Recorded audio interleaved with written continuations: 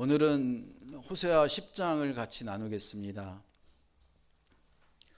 호세아를 처음 딱 폈을 때부터 우리는 가슴이 막막했습니다. 하나님이 세운 선지자에게 어떻게 감히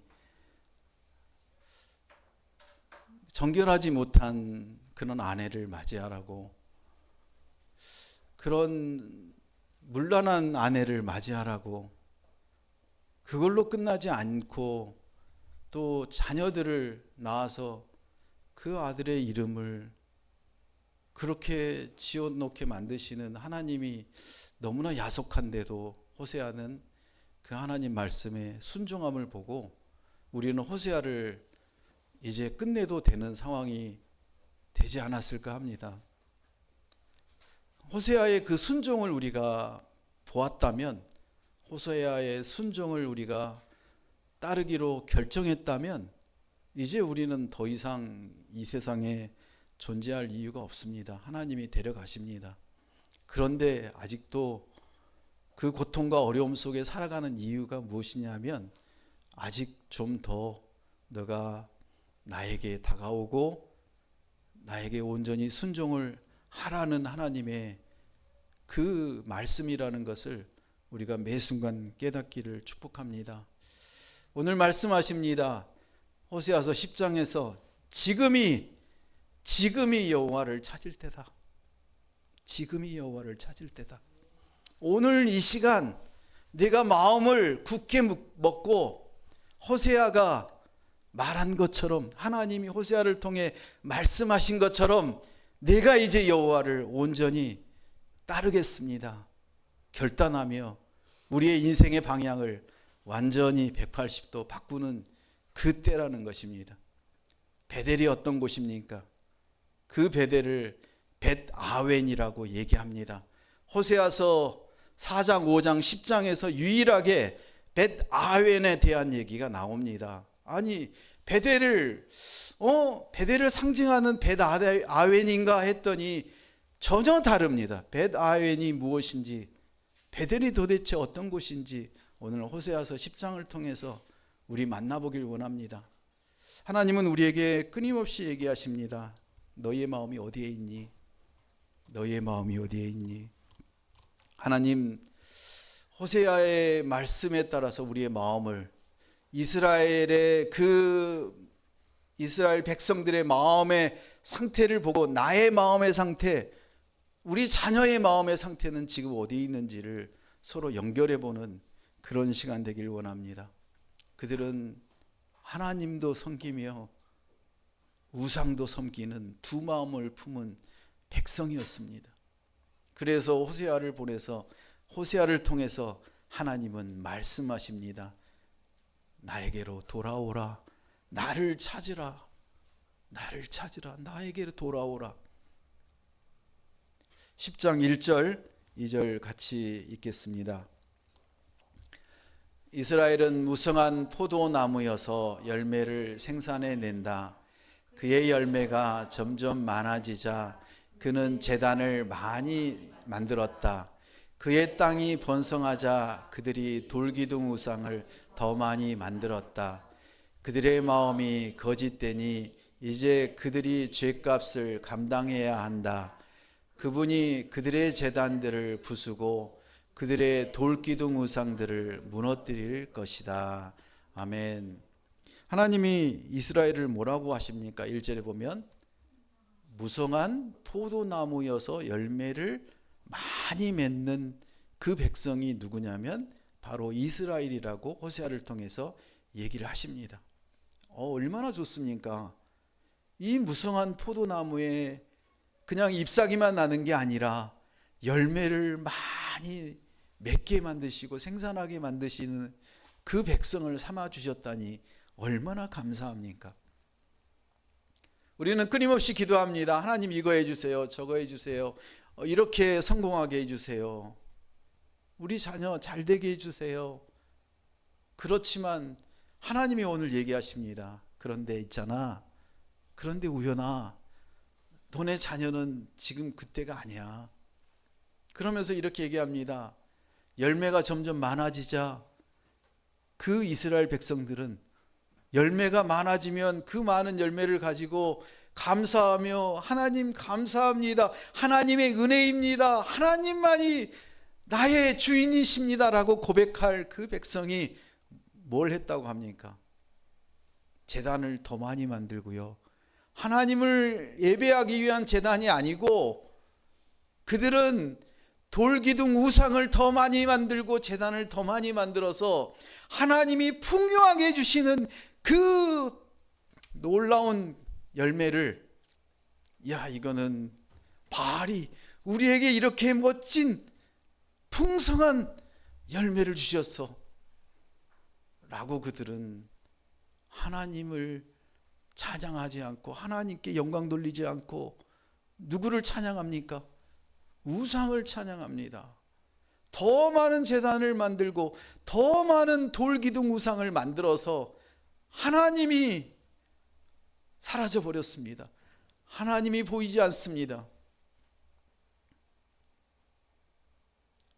계속해서 얘기합니다. 그들의 마음이 어떻다고요? 거짓됐다고 합니다. 이제 그들의 마음이 거짓되니 그들이 죗값을 감당해야 된다라고 얘기합니다. 이제 2절에 보면 이제라는 얘기가 나옵니다. 이제 하나님은 참으시고 기다리시고 수많은 선지자를 보내서 선포하고 말씀하십니다. 돌아오라. 이제 멈추어라. 그런데 멈출까요? 저를 보면 압니다. 멈추지 않습니다. 멈추기가 너무나 힘듭니다. 그런데 멈출 수 있는 방법이 있습니다. 무엇입니까? 이제 이스라엘 백성들이 죗값을 감당해야 된다고 합니다. 이제 내가 더 이상 참을 수가 없구나. 하나님이 호세아를 통해서 이스라엘 백성들에게 얘기합니다. 이제 내가 더 이상 참을 수가 없겠구나. 하나님이 우리에게 지금 들려주시는 이 음성이 2800년 전에 이 이스라엘 백성에게 얘기하는 걸로 끝나지 않습니다. 오늘 우리에게, 우리 교회에게, 우리 성도들에게 하신 말씀입니다. 이제 너희의 죄값을 감당하라. 거기까지 가면 안 되잖아요. 이제 멈추셔야 되지 않아요. 이제 방향을 바꾸셔야죠. 어디로? 하나님께로. 두 마음을 품을 게 아니라 하나님을 바라보고 하나님이 주신 이 은혜와 감사에 우리가 반응해야 되지 않을까요? 우리는 알고 있어요. 우리의 영이 알고 있잖아요. 우리는 하나님이 우리와 함께 하지 않으면 우리는 더 이상 존재할 수 없는 존재라는 것을 우리는 너무나 잘 알고 있습니다. 우리를 하나님이 제사장 삼으시고 나의 자녀라 삼아주시고 천국의 백성으로 이렇게 삼아주셔서 우리는 세상의 가치관과 세상의 어떤 존재의 가치가 아니라 이제는 하나님과 함께하지 않으면 더 이상 앞으로도 뒤로도 어디로도 갈 수 없는 그런 존재인데 우리가 무엇을 하겠다는 것입니까? 하나님이 얘기하십니다. 이제 죗값을 감당하라. 이스라엘 백성들에게 얘기하십니다. 너희의 제단들을 부수고 그 돌기둥 우상을 무너뜨릴 것이다. 하나님의 방법이십니다. 하나님은 너무나 마음이 아프시고 고통스러우시면서도 호세아를 통해서 그 이스라엘 백성들이 다시 제자리로 하나님께로 돌아오게 만드시려고 그 아픈 그 찢어지는 가슴을 안고 말씀하십니다. 우리는 지금까지 살아오면서 우리 부모님을 얼마나 많이 힘들게 했는지 모릅니다. 몰랐습니다. 부모님이 그렇게 아프신 줄, 그렇게 힘드신 줄 몰랐습니다. 그런데 우리가 자녀를 낳고 보니까 내가 했던 행동, 내가 했던 모습, 그 모습이 우리 자녀에게도 그대로 나타나고 있는 모습을 보면서 우리는 생각합니다. 하나님이 많이 힘드셨겠구나. 하나님이 얼마나 가슴이 찢어졌을까. 얼마나 기다리시고 인내하시며 그 많은 사람들을 보내서 우리를 격려하며 우리에게 훈계하며 이 이스라엘 백성들에게 말한 것처럼 말씀하셨는데 왜 그때는 깨닫지 못했을까? 세월이 약이 아닙니다. 세월이 약이 아닙니다. 우리가 하나님 안에 머물러 있어야 됩니다. 하나님은 제단을 부수시고 돌기둥 우상을 무너뜨릴 것이라고 호세아를 통해서 얘기합니다. 그들이 돌아옵니까? 물질의 풍요함은, 풍성함은 우리가 원하는 것들을 다 할 수 있고 우리를 잘 살 것 같은데 우리를 망가뜨리고 우리 자녀를 망가뜨리는 엄청난 파괴력을 가지고 있습니다. 이 돈이라는 게요, 얼마나 좋은 건지 여러분 아시잖아요. 못할 게 없을 것 같은데 못할 게 너무나 많은 게 돈이잖아요. 우리가 그 많은 돈을 가지면 모든 것을 다 할 수 있을 것 같은데 여러분 보세요. 못하잖아요. 그 많은 돈을 가진 재벌이 이제 딱 걸리니까 감옥에 가서 1년이고 2년이고 살잖아요. 나올 수 있어요? 못 나오잖아요.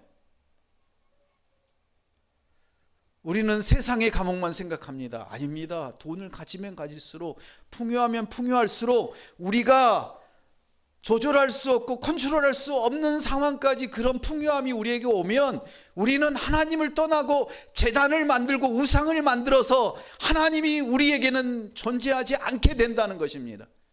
하나님이 그래서 우리를 붙드시고 우리가 조금 힘들지만 작다고 생각하지만 그만큼이 우리가 관리하고 하나님을 붙들고 살아갈 수 있는 정도인 것입니다. 하나님이 오늘 말씀하십니다.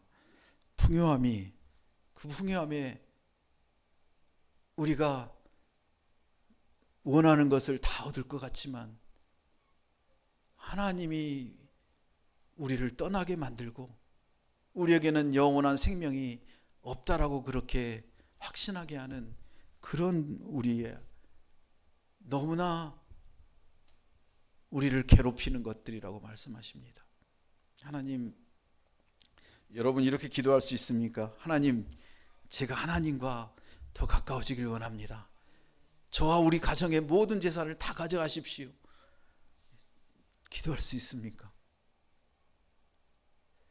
그렇게 의인이라고 칭하는 그 욥도 자의가 아니라 그 사단의 시험에, 테스트에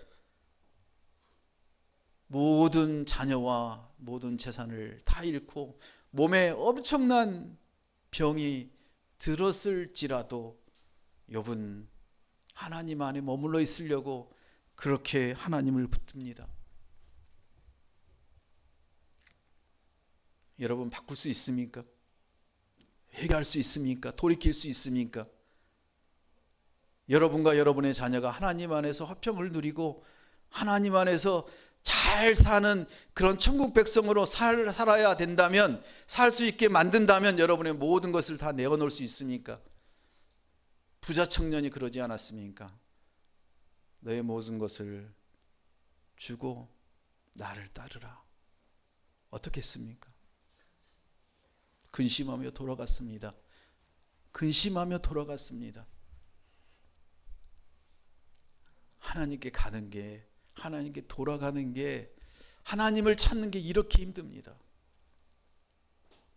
그런데 그 정도 하나님이 여러분에게 요구하시지 않으시잖아요. 그렇게 요구하시지 않으시잖아요. 여러분을 어렵게 만드는 그 세상적인 게 있다면 지금 적어 보십시오. 그리고 이제 하나님께 겸손히, 하나님, 제가 하나님만 쫓겠습니다. 하나님이 최우선 되겠습니다. 라고 마음으로 글로 결단하시길 바랍니다. 5절 같이 읽겠습니다. 24절 먼저 읽겠습니다. 마태복음 6장 24절. 아무도 두 주인을 섬기지 못한다. 한쪽을 미워하고 다른 한쪽을 사랑하거나 한쪽을 중히 여기고 다른 한쪽을 무시할 것이다. 너희가 하나님과 재물을 함께 섬길 수 없다. 우리가 너무나 잘 알고 있는 마태복음 6장의 말씀입니다. 두 주인을 섬길 수 없다. 그 두 주인이 무엇입니까? 하나님과 재물 아닙니까? 하나님과 재물. 우리가 우리 자녀들에게 남길 유산이 무엇입니까? 재물입니까? 하나님 말씀입니다. 하나님이십니다. 하나님만 쫓을 수 있다면, 하나님만 예배할 수 있다면 우리가 모든 것을 다 희생하고 우리가 아낌없이 드려야 될 수 있습니다. 왜냐하면 우리가 재물로 성공하고 재물로 살아가는 그런 모습을 우리가 보이고 그게 최우선이라고 우리는 우리 자녀들에게 보이는 것들이 얼마나 많은지 모릅니다. 저도 부끄럽습니다.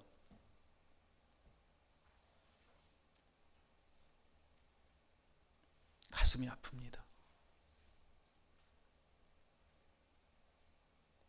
울산에 있는 두 아이가 온전히 예배하기를 저는 기도합니다. 작은 아이가 선교사가 돼서 자기는 박사학위 받고 가고 싶다고 그렇게 얘기를 하던데, 그 말을 들었을 때 여러분의 마음은 어떨까요?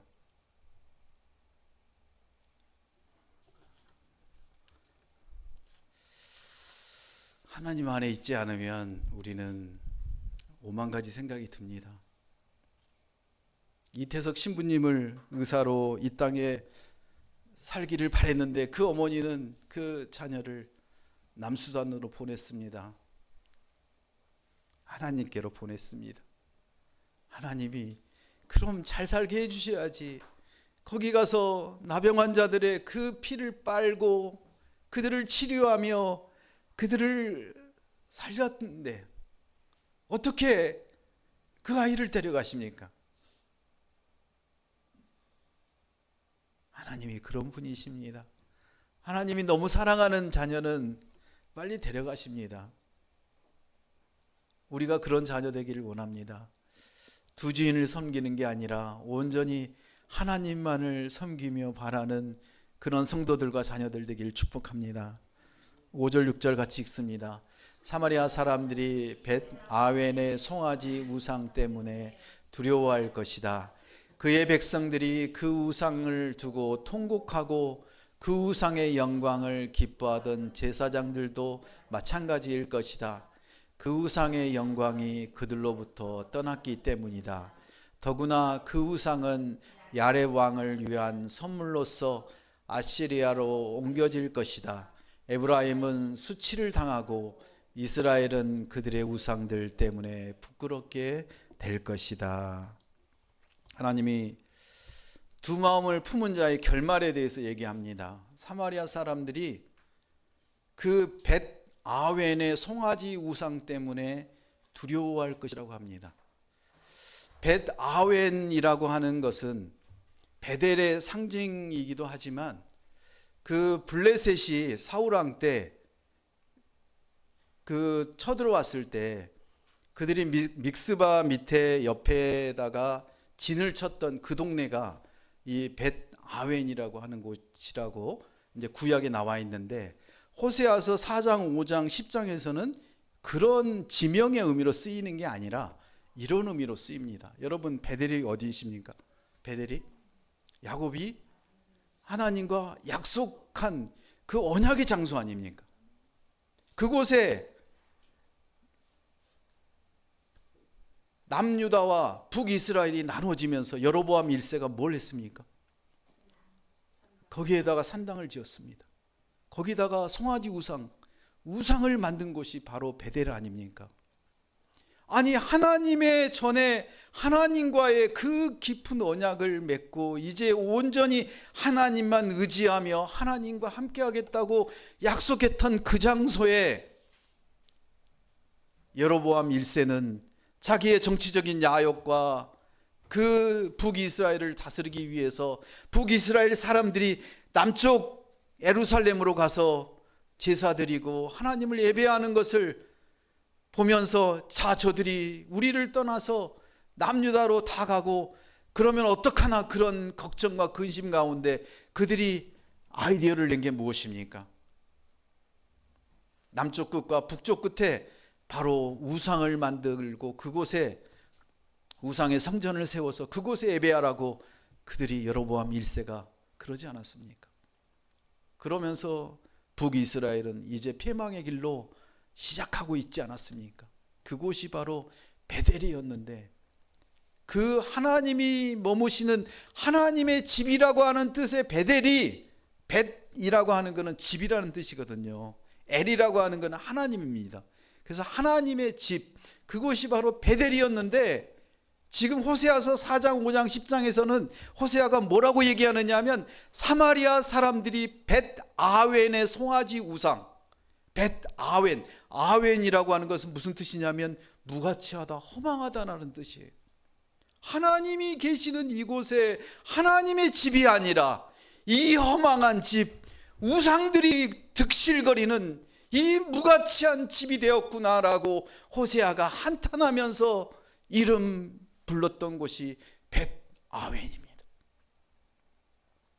그곳에 무엇이 있습니까? 여로보암 1세가 세웠던 금송아지가 있습니다. 하나님을 대체하는 우상이 거기에 있었던 것입니다. 하나님이 얘기하십니다.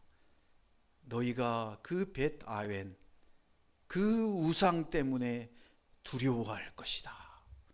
그의 백성들이 그 우상들을 두고 통곡하고 우상의 영광을 기뻐하던 제사장들도 마찬가지가 될 거다라고 얘기합니다.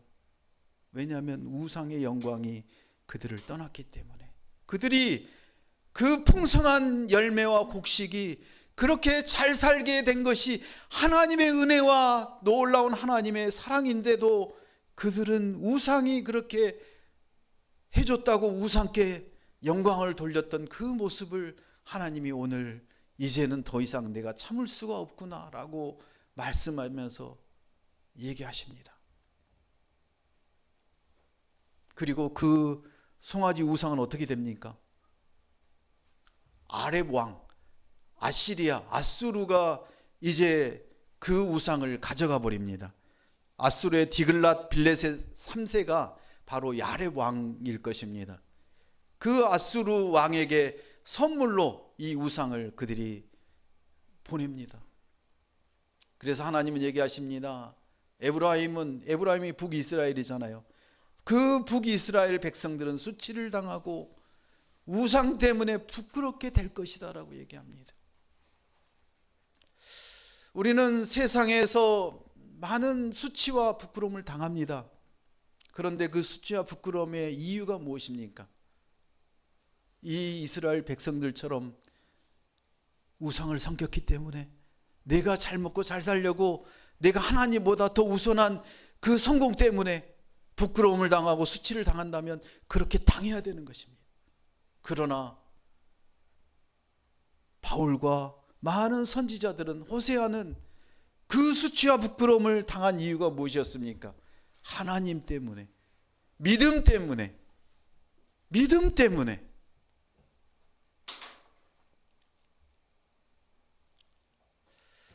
여러분, 수치와 부끄러움을 많이 당하시기 바랍니다.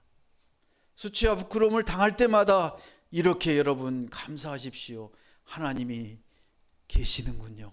하나님이 저와 함께 하시는군요.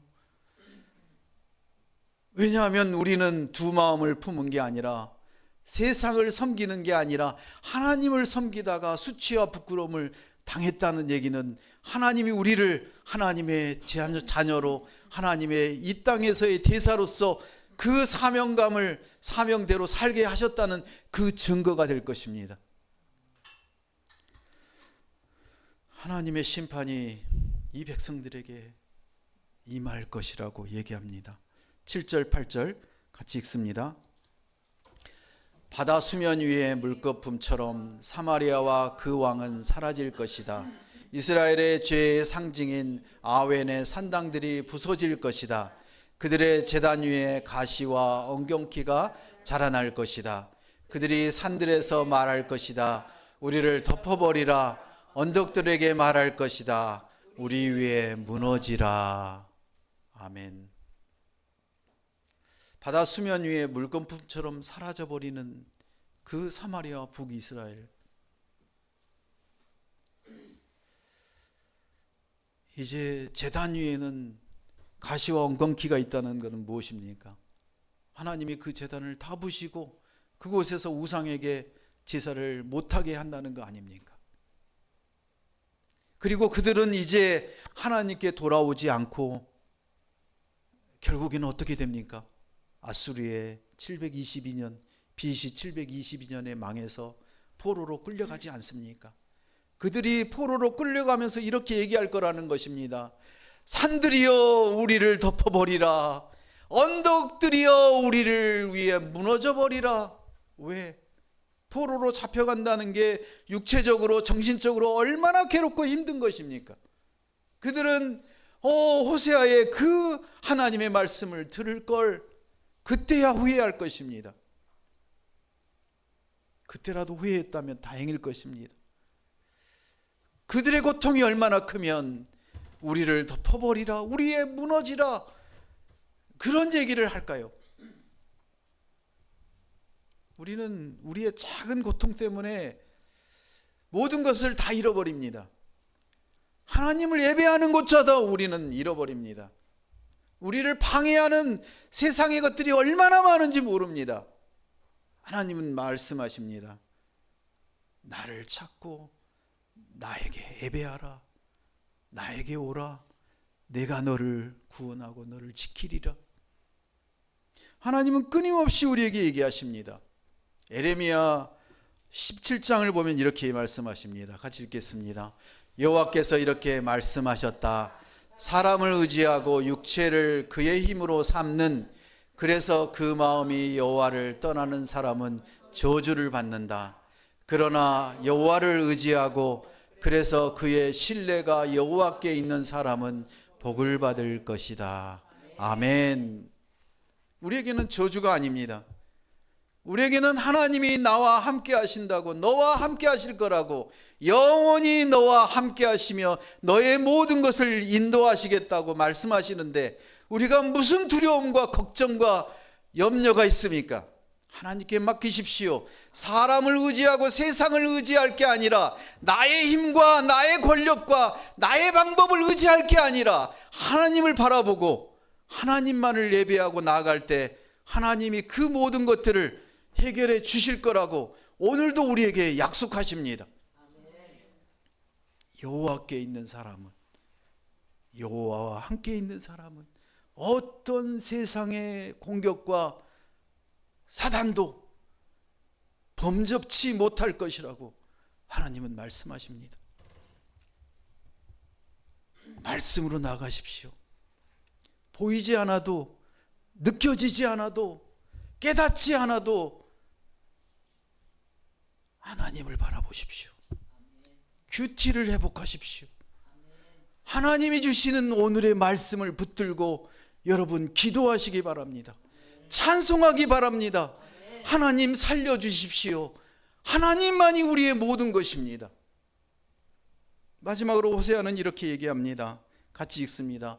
내 스스로 의의 씨앗을 심고 인애의 열매를 거두며 묵은 땅을 잘 갈아라. 지금이 여호와를 찾을 때다. 마침내 그분이 와서 의의 비를 너희에게 내릴 것이다. 아멘. 하나님은 얘기하십니다. 의의 씨앗을 심어라. 의의 씨앗이 무엇입니까? 오늘도 우리 찬양하지 않았습니까? 성령의 단비를 우리에게, 우리 교회에게, 우리 자녀들에게 폭포수처럼 내려주십시오. 그렇게 우리가 외칠 때 하나님이 준비했다가 그 모든 것들을 다 밸브를 열어서 여러분에게 폭포수처럼 내려주시고 그 허물을 다 덮어주시고 우리와 함께 하실 거라고 약속하지 않았습니까? 그 하나님의 헤세드, 그 은혜, 그 인애를 여러분에게 가득하게 하시면 여러분이 이제 그 사랑을, 그 은혜를 거두십시오. 묵은 땅이 무엇입니까? 묵은 땅.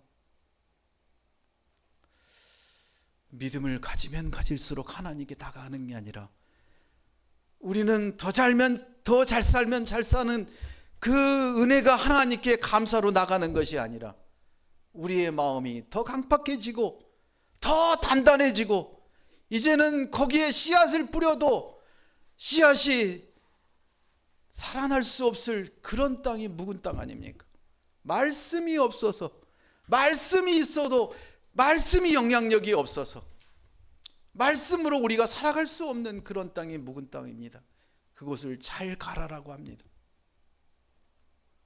왜냐하면 하나님이 우리에게 공동체를 주시고 기도할 자들을 보내주셔서 그 놀라운 하나님의 의의 단비를 풍족히 내려주시고, 그로 인해서 우리는 하나님의 은혜 안에, 사랑 안에 그렇게 고통당하고 그렇게 수치를 당하고 세상에 미움을 당할지라도 하나님이 우리와 동행하시겠다고 오늘 약속하십니다. 하나님 안에, 하나님의 그 사랑 안에 승리하시는 그런 하루하루가 되시길 예수님의 이름으로 축원합니다. 함께 기도하겠습니다. 지금 이 순간이 하나님께 돌아갈 때라고 말씀하십니다. 우리의 마음을 새롭게 하고 하나님 말씀과 사랑으로 채우십시오. 우리의 매일 삶 속에서 기도와 말씀 묵상을 통해, 큐티를 통해 하나님과의 관계를 회복하고 더욱 단단히 해서 세상의 어떤 공격과 사단의 꾀임에도 넘어가지 않고 오직 주님의 뜻에 순종하는 그런 하루가 되기를 축복합니다. 하나님을 경외함으로 인해, 말씀 따라 살아감으로 인해 우리가 죄를 심지 아니하고 하나님의 의의 담비를 풍족히 먹는 그런 하나님의 자녀 되길 원합니다. 하나님께서는 우리의 마음을 원하십니다. 두 마음을 품지 말고 온전히 하나님께 돌아오라고 말씀하십니다. 우리를 사랑하시며 우리가 돌아오기를 기다리시며 우리 자녀가 온전히 주님 안에서 참 평안을 누리고 그렇게 하나님만 바라보며 살아가는 그런 놀라운 승리의 삶을 살아가기를 원하십니다. 우상을 버리고 하나님만 바라보시길 바랍니다. 풍요 속에도 겸손하게 하나님을 의지하십시오. 회개의 삶을 통해 하나님과의 관계를 온전히 회복하는 그런 하나님의 자녀 되시길 예수님의 이름으로 기도합니다. 아멘.